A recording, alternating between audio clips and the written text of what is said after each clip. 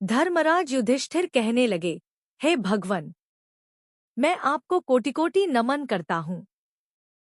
आपने चैत्र मास के कृष्ण पक्ष की एकादशी अर्थात पापमोचनी एकादशी के बारे में विस्तार पूर्वक बतलाया।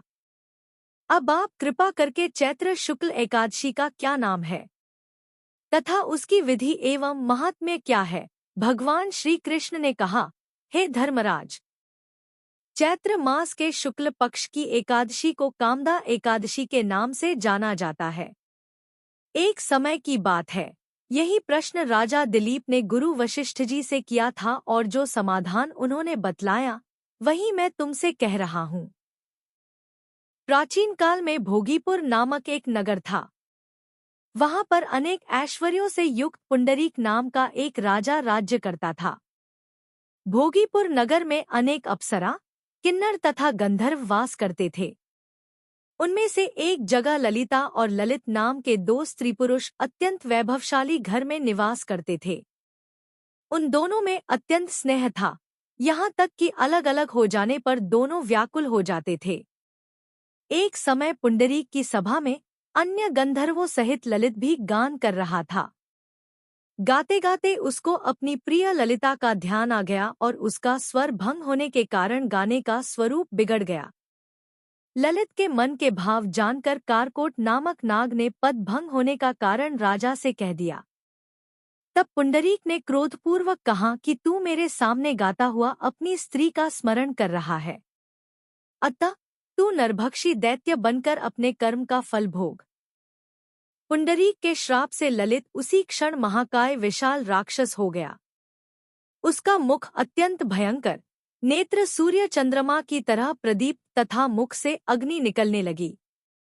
उसकी नाक पर्वत की कंदरा के समान विशाल हो गई और गर्दन पर्वत के समान लगने लगी। सिर के बाल पर्वतों पर खड़े वृक्षों के समान लगने लगे तथा भुजाएं अत्यंत लंबी हो गईं। कुल मिलाकर उसका शरीर 8 योजन के विस्तार में हो गया।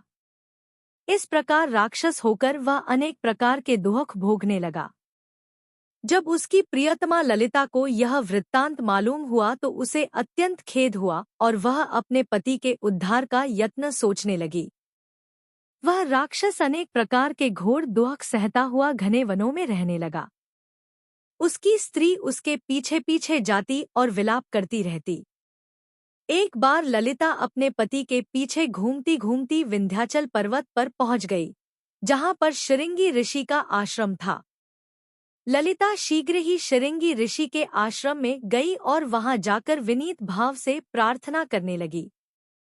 उसे देखकर शृंगी ऋषि बोले, हे सुभगे, तुम कौन हो और यहाँ किस लिए आई हो? ललिता बोली, हे मुने, मेरा नाम ललिता है। मेरा पति राजा पुंडरीक के श्राप से विशालकाय राक्षस हो गया है।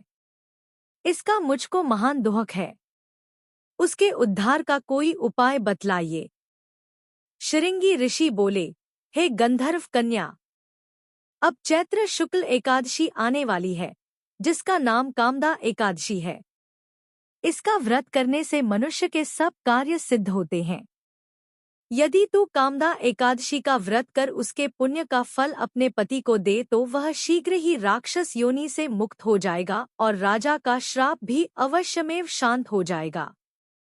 मुनि के ऐसे वचन सुनकर ललिता ने चैत्र शुक्ल एकादशी आने पर उसका व्रत किया और द्वादशी को ब्राह्मणों के सामने अपने व्रत का फल अपने पति को देती हुई भगवान से इस प्रकार प्रार्थना करने लगी, हे प्रभो, मैंने जो यह व्रत किया है इसका फल मेरे पतिदेव को प्राप्त हो जाए, जिससे वह राक्षस योनि से मुक्त हो जाए।